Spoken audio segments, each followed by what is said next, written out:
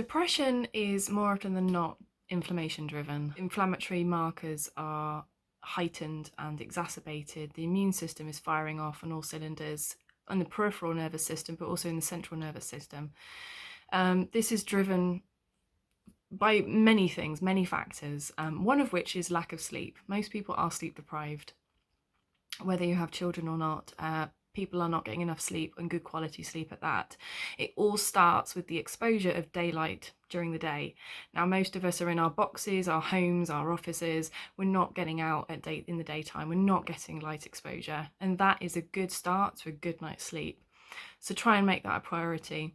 We're not getting good quality whole foods into our diets. We're not getting good quality proteins, fats, and complex carbohydrates. We're relying way too much on high refined sugars and carbohydrates, and most of our diet is very carbohydrate based with very little protein and fat particularly. Our brain is primarily made of fats, so we need fats. It's absolutely imperative for brain health. The next thing is dehydration, believe it or not. Most people are not having enough fluids, and fluids that they are partaking in is things like coffee and teas, which are okay in moderation. If you're having a few, again, don't have after midday because that can affect sleep and sleep patterns and sleep health, etc. One other thing to consider is lack of movement. A sedentary lifestyle will just promote obesity and weight gain. And obesity and weight gain, funnily enough, the immune markers that are upregulated in obesity and weight gain are the same markers involved in depression and anxiety. Let me say that again. The same inflammatory markers that are heightened in obesity and weight gain are the same inflammatory markers that show in depression and anxiety. Moving the body on a daily basis, walking, running, swimming, cycling, whatever you can maintain and whatever you can keep up, it has actually been shown to produce a protein called brain-derived neurotrophic factor. What this means is it can actually promote the production of serotonin and your healthy neurotransmitters such as dopamine, which can help you feel good, which can help you with motivation, paradoxically. So even though you don't feel motivated to do your workout, your exercise, go and do it, because it will actually have this cycle effect of where the more you do it, the more you'll want to do it. I know, sounds strange. Believe me, trust the process, it works. We are never not inundated with some kind of stress.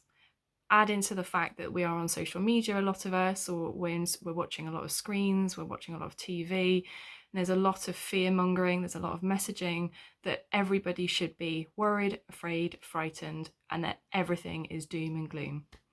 This does absolutely nothing for our adrenals, and it does absolutely nothing for our hormonal health. What I would advise is switch off the screens as much as possible. Yes, including myself, even though I'm doing this on Instagram. I would beg you to get off the screens as much as possible, get back into the real world, which ties in nicely to the lack of social connection that we have and lack of physical touch that some of us do experience. Lack of social connection is absolutely imperative for the way we work and operate as humans on a cellular and environmental level. We need to be thinking about how physical touch can also send messages to our brain about being safe, being nurtured, being loved. It's why the hormone oxytocin is released on touch and hugging and stroking. This isn't necessarily a sexual thing. This is just something that's required for human health, which is why in the early years of childhood development, touch for the child, particularly skin on skin touch, is absolutely vital. The last thing I think that can raise inflammatory markers in the body is a lack of purpose.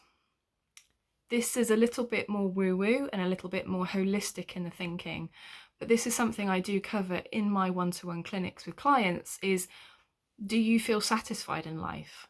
Do you enjoy your work? Do you enjoy your relationships? Do you feel you have a purpose? Are you living that life's purpose? A lot of people aren't. And that might not be materialised in your job. We can't choose our jobs always. And sometimes we're just not lucky enough to be able to do the work we want to do and that we feel called to do. You need to find something. You need to find your North Star that helps you get out of bed every day, that helps you feel like you've got more to give than just earning money to keep a roof over your head. That's a very That is modernity in essence, and modernity is not human health. Human health is purpose. That could be community, that could be volunteering, that could be looking after your elderly relatives. But that is your purpose, and that fulfills you in some way or another. That will actually help with depression and anxiety.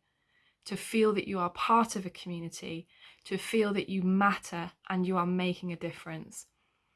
So yes, a little bit holistic, a little bit outside the realms of actual physical health, but is it outside the realms of physical health? I would argue that it is part of our physical health.